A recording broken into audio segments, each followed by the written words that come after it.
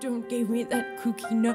I cannot eat it, can't you in my lips, so pinch. Coupé, c'est nul, je veux des larmes. C'est vraiment moyen. I can talk in that.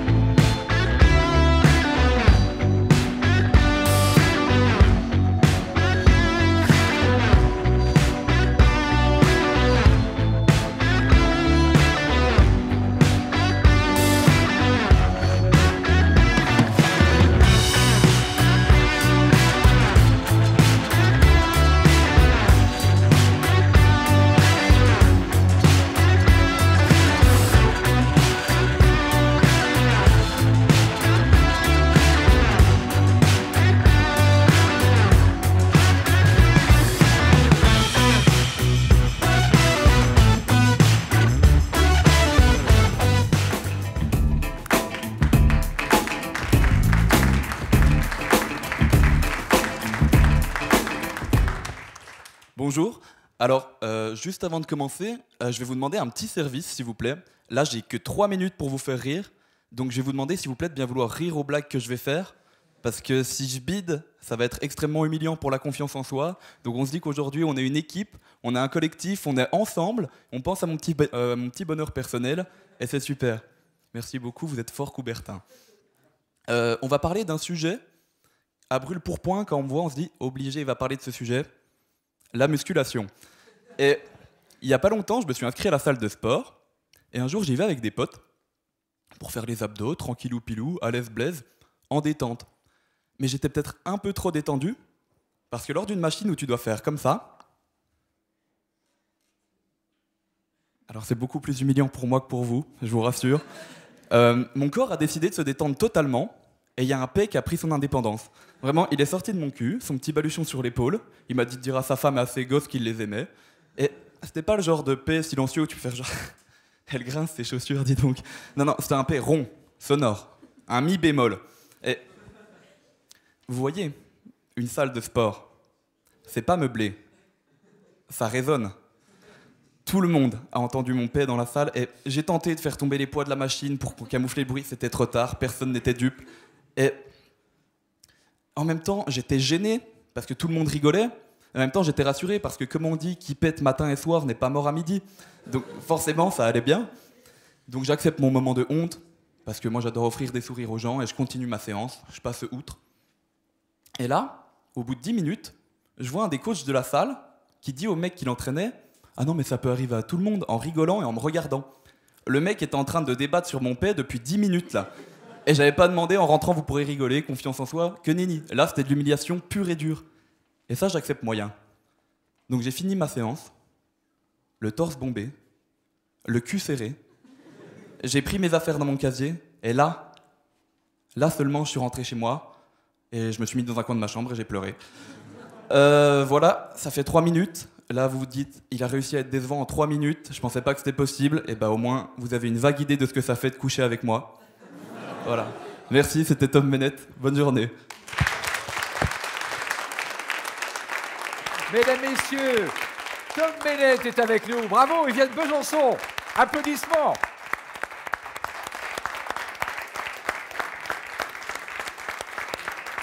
Vous avez vu, ça démarre très très fort. Soyez les bienvenus. Nous sommes en direct pendant 30 minutes pour une émission entièrement dédiée à l'humour avec des sketchs qui vont s'enchaîner. Cette émission, vous le savez maintenant, est entièrement réalisée, conçue par des étudiants de l'ARFIS, l'école de cinéma et d'audiovisuel de Lyon-Villeurbanne, et je suis ravi de les accompagner. Alors, bien sûr, vous pouvez nous suivre sur les réseaux sociaux. N'hésitez pas à liker, commenter et partager. Et vous allez pouvoir le constater, je suis en bonne compagnie avec Céline Abrahamian et Victor Bosch qui interviendront. J'ai plein de questions à vous poser. Merci d'être avec nous. On recevra aussi en deuxième partie Farid Nasri de l'association Oulala et qui œuvre grâce à l'humour et qui notamment a des actions caritatives. Dans notre émission, des sketchs avec Momar, François Mallet, Lucas Ouezo. En quelque sorte, pour résumer, ce sont les modestes héritiers de Coluche, de Guy Bedos, de Jamel Debbouze. On leur souhaite évidemment beaucoup de succès. Tout de suite, eh bien, on passe à nos premières rencontres avec Céline. Bonjour Céline, vous Bonjour. êtes chargée de communication de l'espace Gerson. Ah, c'est très connu, c'est un célèbre café-théâtre de Lyon qui a fait émerger d'ailleurs de jeunes talents. Quel est votre job exactement? En quoi ça consiste? Alors, moi, je m'occupe de la communication. Donc, j'essaye de faire en sorte que les gens aient l'information de ce qui se passe chez nous, de ce qui se passe sur scène, de notre programmation, et envie de venir, de revenir. Donc, on essaye de fidéliser aussi les spectateurs, d'aller les chercher. Voilà, ça passe aussi pour de la mise en vente, aussi de la billetterie. Voilà, donc c'est des postes qui sont dépendants l'un de l'autre. Et voilà, donc on essaye de valoriser l'image de l'espace Gerson. Ouais, c'est très complet comme job, hein. Grosse responsabilité la com, hein, parce que tout dépend aussi de la com, le succès, la notoriété. Victor Bosch, bonjour, vous êtes directeur d'une salle très connue aussi, le Radiant Bellevue à Caluire-et-Cuire. Je précise que c'est dans le département du Rhône, à côté de Lyon, pour tous les téléspectateurs qui nous regardent dans le monde entier grâce à Internet, donc on ne va pas s'en priver de faire un peu de pub pour notre région. Alors vous avez un parcours incroyable, vous avez commencé comme batteur, je crois. Oui, batteur de rock. Ah, vous êtes un musicien. Et vous avez été producteur de Francis Cabrel? Oui, de Laurent Voulzy aussi. Ah ouais, donc super parcours. Vous connaissez par cœur les coulisses? Oui, j'ai eu la chance d'être dans ce métier depuis très longtemps, oui. Et j'ai créé le Transborder aussi à l'époque, en 1989. D'accord. Aujourd'hui, en quoi consiste votre job au sein du Radiant? C'est la continuation de tout ce que j'ai fait jusqu'à présent, c'est-à-dire que maintenant, je donne la chance à tous les artistes. Justement, je viens d'en voir un qui a beaucoup de talent, aussi bien dans l'humour que dans la chanson française, que dans le rock, que dans tous les domaines, le théâtre. C'est beaucoup plus éclectique que ce que je faisais à l'époque. C'était ma jeunesse avec le Transborder. Donc un large éventail d'activités, de centres d'intérêt. Qu'est-ce qu'il y a comme lien entre la com et la programmation, d'après vous? C'est toujours lié. On essaye de répondre déjà à des attentes, à ce que les gens ont envie de voir, de découvrir. Pour moi, ça va ensemble. C'est la communication et la programmation. Enfin, nous, en tout cas, pour le coup, à l'Espace Gerson, on travaille toujours main dans la main. Et donc, il y a l'écoute, il y a l'anticipation aussi, toujours se projeter, essayer de voir ce qui peut plaire, ce que les gens ont envie de voir, en fait. Et donc, on travaille main dans la main. Victor, vous êtes d'accord, vous partagez? Oui, en fait, la communication, c'est la façon de présenter le spectacle, de donner envie aux gens de venir, d'essayer de communiquer en amont suffisamment pour que le public soit dans la salle. C'est très, très important, la communication. Et je pense que c'est même vital pour que le succès soit dans la salle et que les artistes aient un public et que ça se passe bien. Et comment s'organise la programmation, par exemple? Est-ce qu'il y a des artistes qui toquent à la porte et qui veulent jouer? Comment ça se passe?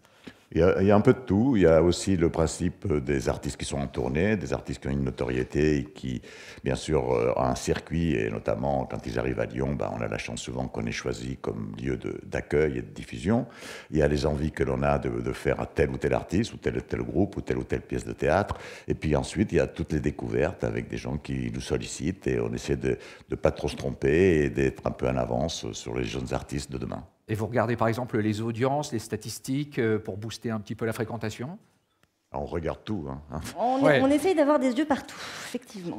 On regarde tout parce que c'est très important de gérer, de produire et d'essayer d'être en phase avec ce qui se passe. Et les enjeux financiers sont importants, donc on ne peut pas négliger ce côté un petit peu de savoir si on ne s'est pas trompé ou le spectacle va trouver son public.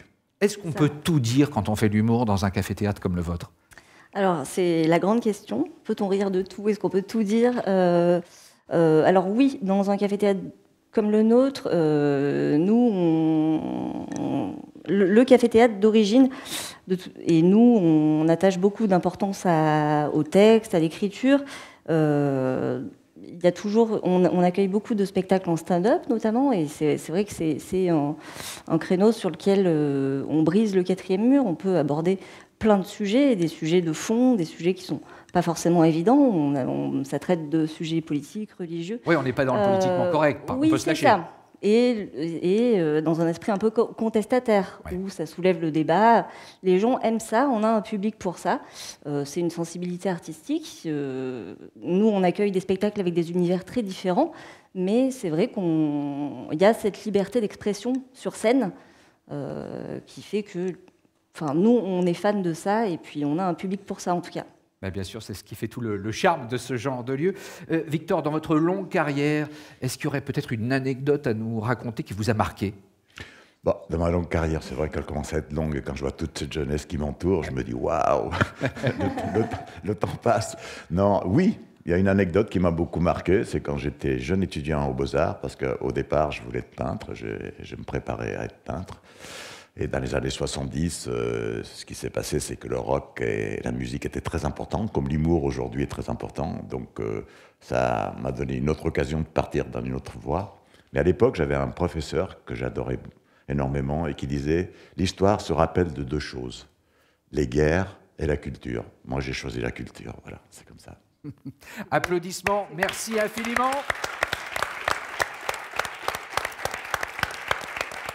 Merci.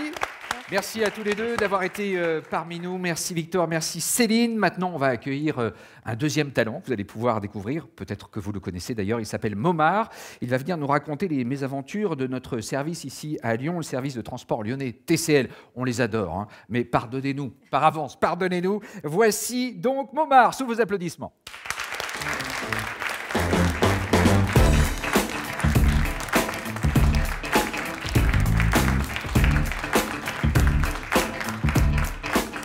Oh, putain, c'est du sérieux votre truc là.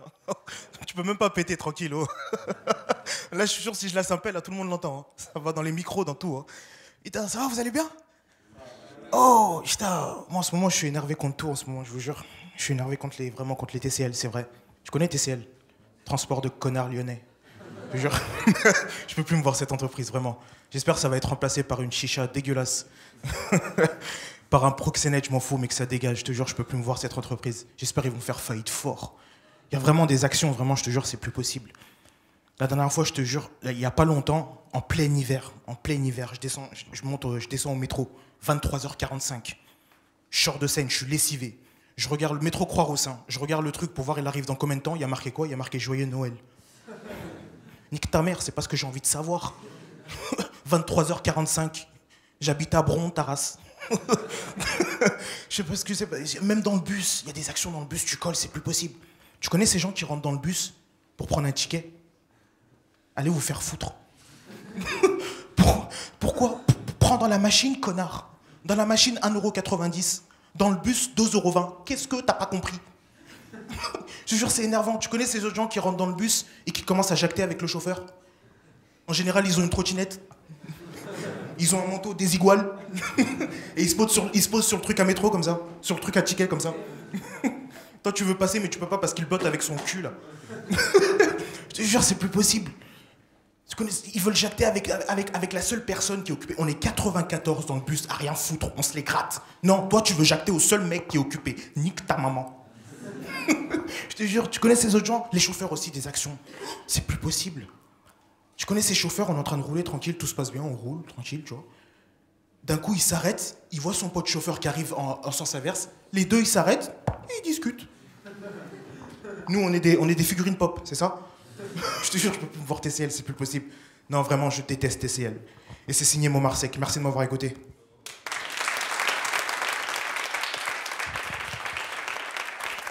Bravo, Momar, que vous pouvez applaudir. Heureusement que je vous avais prévenu, hein. On adore les TCL, on vous adore. Merci beaucoup. Surtout continuez à nous transporter, on a quand même besoin d'eux. Allez, super. On reçoit maintenant Farid Nasri. Bonjour Farid. Bonjour. Vous êtes le président de l'association Oulala. Vous organisez de nombreux festivals d'humour dans notre ville, dans notre région, comme les Lions du Rire par exemple, ou Villeurvanne. J'ai apprécié le jeu de mots, parfait, hein, ça nous met dans l'ambiance tout de suite. Est-ce que vous pouvez nous parler de l'organisation d'un festival? Combien de temps on met pour produire un festival? Alors, c'est un travail sur toute l'année. Donc, les Lions du Rire existent depuis 5 ans. Donc, l'idée, c'était de proposer aux Lyonnais un festival aux yeux du grand public, dans une salle mythique comme la Bourse du Travail, et puis mettre en lumière les jeunes talents qui soient vus par des associations, des familles de Lyon, mais aussi de la métropole lyonnaise. C'est compliqué pour un jeune humoriste d'émerger? C'est compliqué, mais on a la chance en fait d'avoir plusieurs cafés-théâtres à Lyon, comme l'espace Gerson, le Complexe du Rire, le Boubouis et bien d'autres. Et il y a de plus en plus de scènes qui sont proposées. D'ailleurs, aujourd'hui, il y a même des artistes qui, à la fois, sont bons sur scène et aussi lancent leur propre plateau. Donc il y a une diversité dans l'humour. Ce qui nous intéresse beaucoup, ce sont les coulisses du métier, parce qu'ici, vous êtes entouré d'étudiants, d'étudiantes qui pourraient devenir des producteurs. Quels sont les profils que vous recherchez? Qui fait partie de votre équipe, par exemple, sur les Lions du Rire? Alors, on a plusieurs profils. Donc, on a 2 infographistes, un webmaster. On a aussi 2 commerciaux qui nous aident pour trouver des partenaires, parce que l'organisation d'un festival, il faut compter un budget à la Bourse du Travail pour un festival de jeunes talents environ 30 000 à 40 000 euros. Voilà. Et puis, on a pas mal de bénévoles qui nous aident sur la communication et puis sur les distributions de prospectus. Donc des pros et des bénévoles, et on peut très bien débuter en étant bénévole pour ensuite devenir pro. Exactement. C'est une bonne solution. Découvrir le festival à travers son organisation et puis faire des rencontres formidables. Dans les festivals, on rencontre à la fois des partenaires, des humoristes, des jurys, parce que nos artistes passent par des jurys, donc on fait des rencontres formidables. Eh bien, vous restez avec nous parce qu'on va rencontrer d'autres talents. On vous retrouvera tout à l'heure. On va faire la connaissance d'une certaine Sabine. Elle va nous faire visiter son jardin psychothérapeutique. Allez, plus sérieusement, il a 27 ans, il est lyonnais. Je vous demande de faire un triomphe à François Mallet. François Mallet.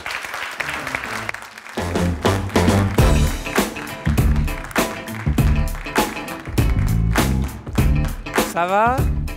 Ouais, tout se passe toujours bien? Ouais, super, je suis ravi d'être là, effectivement. Alors, je me présente, je m'appelle François, effectivement, j'ai 27 ans. Et ça fait 27 ans que j'ai l'honneur d'être bipolaire. Voilà. Alors rassurez-vous, tout se passe très bien aujourd'hui. Mais il y a eu des périodes un petit peu compliquées dans ma jeune existence. Je suis notamment passé par la case de la clinique psychiatrique. Alors la clinique, c'est un peu le club med de la psychiatrie, pour que vous puissiez situer. Alors il y a eu des moments drôles, c'est vrai, en clinique psychiatrique, mais il y a des moments un petit peu moins drôles. Et c'est vrai que parfois, tu tombes sur des professionnels de santé, comment vous dire, un petit peu atypiques, quoi.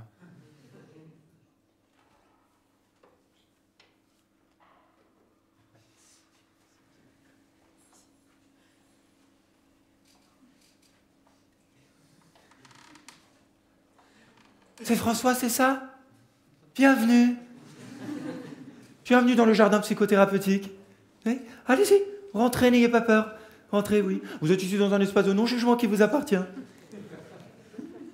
Allez-y, rentrez, n'ayez pas peur. Ici, on s'ouvre au monde et on circule. Voilà, pensez fougère. Voilà, on fait la fougère. Ouais. Je me présente, Sabine, diplômée de l'université d'État du Liechtenstein. Et pratiquant la médiation par la nature. Je suis également autrice du best-seller mondialement connu, Les roseaux, nos amis pour la vie.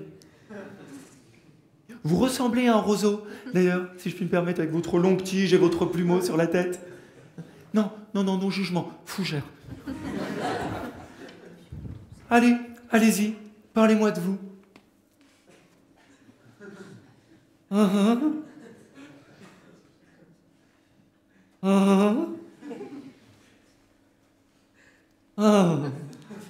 Alors, vous voyez, Francis, quand vous me parlez...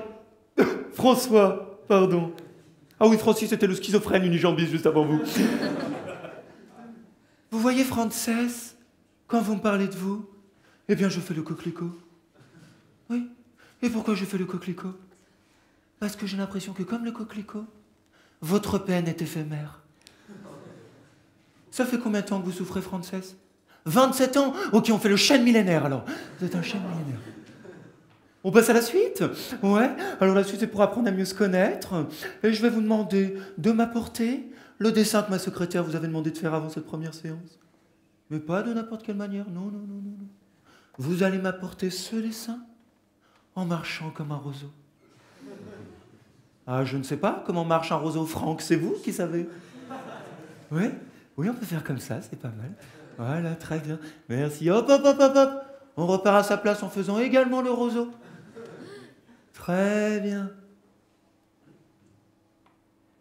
Qu'est-ce que je vois sur ce dessin, Fabrice? 4 arbres classiques et un saule pleureur tout seul. Vous êtes le saule pleureur, Fabrice? Oui. Eh bien, Fabrice, j'aimerais que pour la semaine prochaine, ce saule pleureur se soit transformé en magnolia. Chut! La séance est déjà terminée. Prenez soin de vous. Voilà, prenez soin de vous, merci. Merci. François Mallet. Vos applaudissements. François Mallet était avec nous. Alors, ce sketch tombe à pic, on peut le dire. On va maintenant de nouveau continuer à poursuivre notre découverte de l'association Oulala. On a son président avec nous en direct. Et l'association aide les lycéens à pratiquer ce qu'on appelle le lâcher-prise en public. Pour en savoir plus, eh bien, on va au lycée Colbert de Lyon 8e avec les élèves du BTS Communication. Regarde.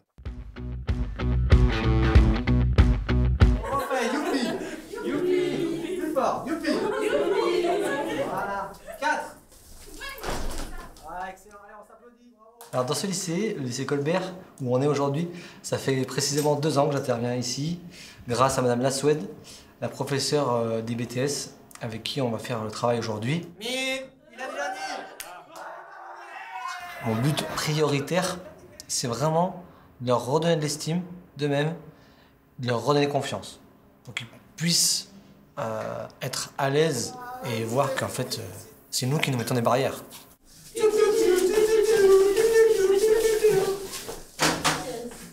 Alors bonjour à tous, donc je me présente, je m'appelle Poirot Indy, du coup je suis écureuse d'encre avec mon associé Victor. Du coup, comme le nom du métier l'indique, on écure les encres, alors que ce soit les encres de... Je vais les guider surtout à lâcher prise. Pour moi, le mot principal quand même, c'est vraiment ça, c'est lâcher prise. Et en réalité, en fait, après, on arrive à pouvoir se lâcher, à s'amuser, à rigoler, tout en sachant qu'on est quand même à l'école pour eux. Merci pour ces magnifiques heures passées avec vous. Et j'espère que ça vous a rallumé cette flamme qu'il y a en vous. Ça vous a remotivé. Ça vous permet de vous ouvrir, de mieux communiquer. C'était vraiment mon but. Et je vous dis vraiment merci beaucoup et je vous aime tous.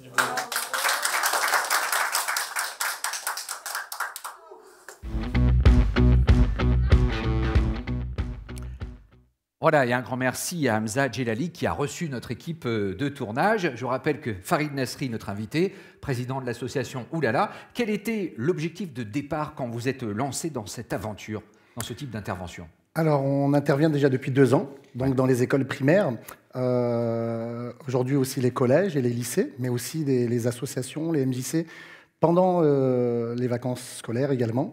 L'idée, c'est d'accompagner les enfants sur le long terme, donc de l'école primaire au lycée, pour leur apporter un bagage afin de passer les épreuves orales de baccalauréat, d'histoire géo, de français, ou de rencontrer un chef d'entreprise.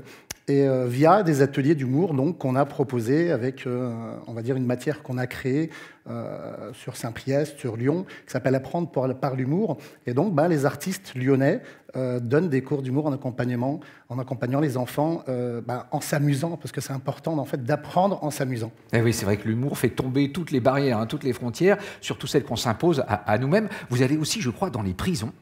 Oui, donc sur toute l'année 2022, on a déjà commencé l'an dernier en prison, en centre pénitentiaire pour mineurs.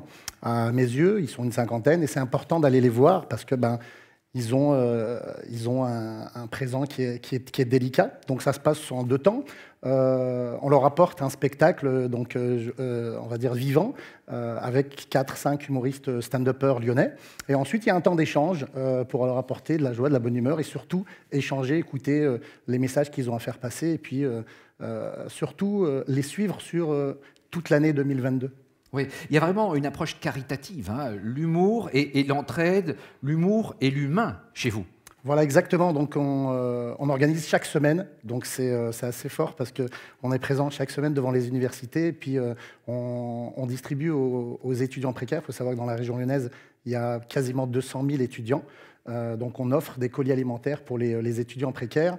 On a créé aussi le Students Comedy Club. C'est un super projet à la maison des étudiants de la métropole, chaque mois, un jeudi par mois. La première heure, donc, on propose un plateau d'humoristes avec un open mic. Donc, les étudiants peuvent prendre le micro et s'exprimer sur scène, raconter une histoire drôle.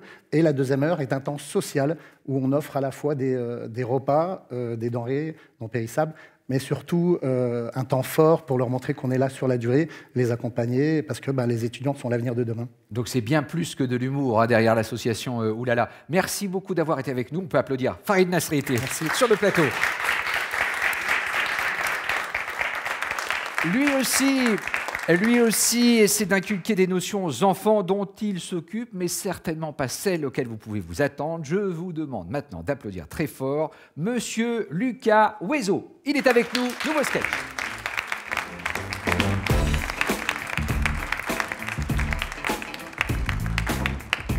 Et comment ça va tout le monde? J'ai défoncé le pied de micro. Très content d'être là, ça fait plaisir. Alors c'est vrai, moi j'ai du mal à interagir socialement avec les autres depuis tout petit en fait. C'est moi au lycée, jamais été le gars populaire, jamais été le gars qu'on a invité aux soirées. C'est moi la seule fois où un gars m'a dit "Waouh, t'es venu, ça fait plaisir." J'ai répondu "Bah ouais, c'est chez moi la soirée en fait. Y a moyen, t'enlèves tes chaussures s'il te plaît." Moi j'ai vraiment du mal à interagir socialement avec les autres, vraiment avec un type de personne particulier, c'est les enfants. Et rassurez-vous, il y a une suite à cette phrase, parce que sinon c'est très bizarre, d'accord? Moi je vous explique, pendant la pandémie, il n'y avait plus de spectacle, du coup je suis devenu animateur en périscolaire, manager d'enfants. Là j'explique rapidement le concept de ce travail. Le concept c'est de divertir des enfants tout en étant sous-payé.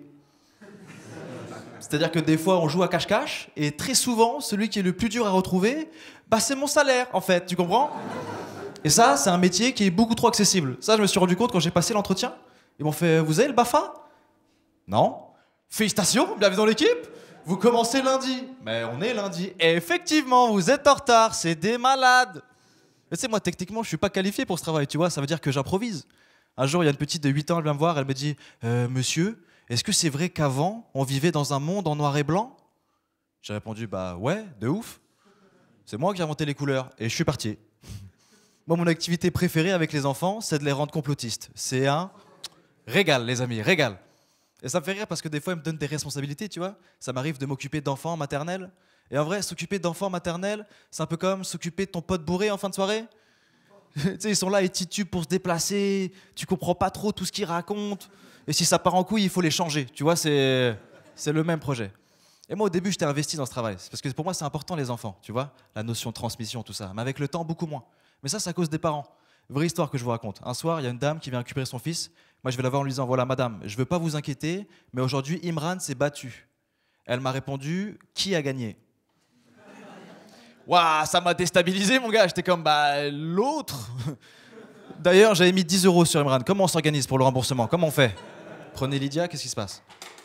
Et encore, moi, je suis le moins pire, hein, les amis. Je suis le moins pire. Moi, j'ai des collègues de taf, c'est des cassos. Vraie histoire encore, vraie histoire. Au début de l'année scolaire, là, il y a un enfant qui a réussi à sortir de mon école tout seul. Et moi, j'ai pas vu ce qui s'est passé. Parce que j'étais trop occupé à expliquer aux autres pourquoi la Terre est plate. J'ai pas vu. Tu sais, j'étais comme, non, les enfants, Mathis ne reviendra pas. À un moment donné, il va juste tomber. Comme ça. Mais tu sais, moi, j'aspire à être père un jour dans ma vie parce que je trouve ça fou, la responsabilité d'éduquer un être humain, tu vois. Mais je me connais, je pourrais pas le faire sérieusement. Tu sais, moi, j'ai hâte d'être convoqué à l'école de mon enfant juste pour entendre cette phrase. Alors oui, monsieur Huezo, bonsoir, voilà. C'est-à-dire qu'en fait, votre fils dit à tout le monde que vous êtes Jésus.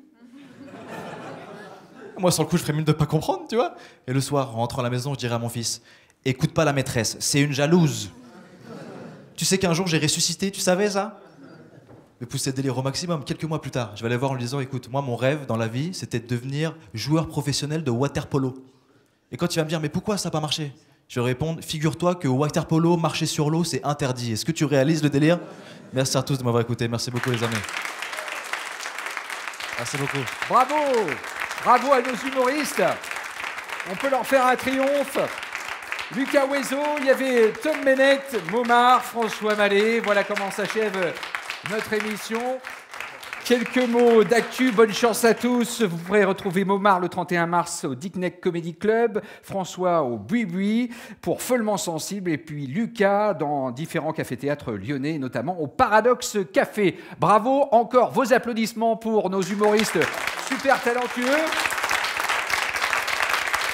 Et quant à moi, je vous donne rendez-vous cet après-midi à partir de 15h30 pour une émission hors norme. On va faire un jeu, un ciné-quiz avec de nombreux cadeaux à gagner. Une épreuve du lancer de tongs. Eh ouais, ça promet. Il n'y aura pas que ça, rassurez-vous. Merci à tous les étudiants de l'ARFIS qui ont entièrement produit et réalisé cette émission en direct intégral. De votre côté, partagez, likez et commentez. À tout à l'heure, 15h30. Merci beaucoup.